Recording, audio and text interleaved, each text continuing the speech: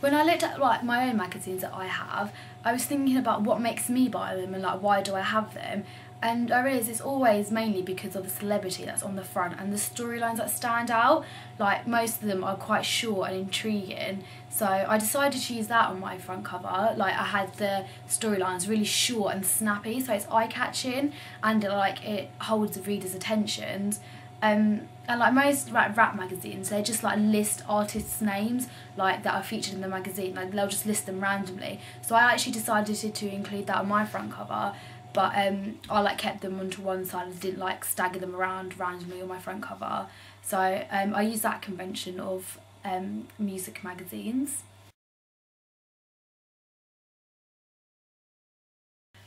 Another convention that I stuck to was that most magazines always will advertise that they've got a free gift inside, so I advertised that on my front cover because I thought that will attract readers as well, and it is convention, so I decided to use that. And I think throughout my magazine I've stuck to quite a lot of conventions of real media products. For example, I decided to include an editor's letter because most often not in magazines an editor will always write like a letter, even if it is just like a short snappy one. There's always something there from the editor, so I decided to use that. When I was doing my research, I found that one of the conventions in most music magazines was when they have adverts, it's always advertising like a singer's new album or new single, or like their live concerts.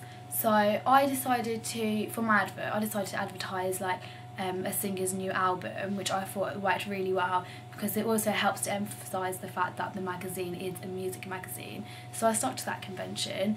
And then for my double page spread, I think I stuck to a lot of conventions because I use an interview, and a lot of magazines will always have interviews. And the way that I laid it out in columns, I think that's really conventional because when I was doing my research I found that most magazines did that. Instead of just having it like text going all across the page, it's sort of like split in half and there's columns, and the questions will be in a different colour to the answers, and sometimes they're in a different font, which I did actually try, but I didn't think it looked very professional, so I changed that when I made my initial changes.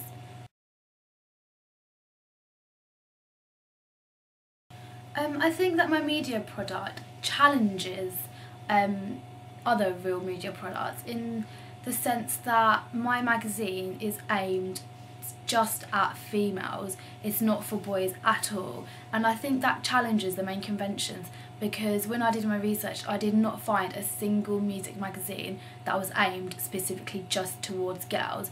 I found there were quite a lot of music magazines, like things like NME and Q, and although they're not like predominantly aimed towards males, as a female myself, when I purchased one and I read it through, I found it really boring, and I didn't like associate myself with any of the things that are in the magazines. For example, a lot of the adverts were about games, and there was a lot of like clothing adverts, but for things like Top Man and Bench and stuff like that, like things that I wouldn't associate myself with.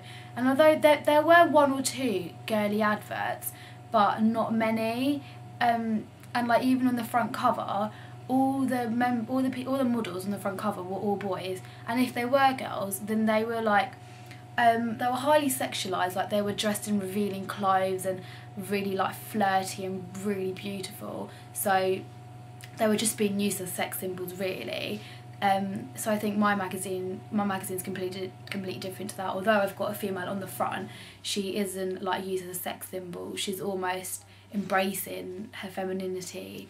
So yeah, that's how my one's different.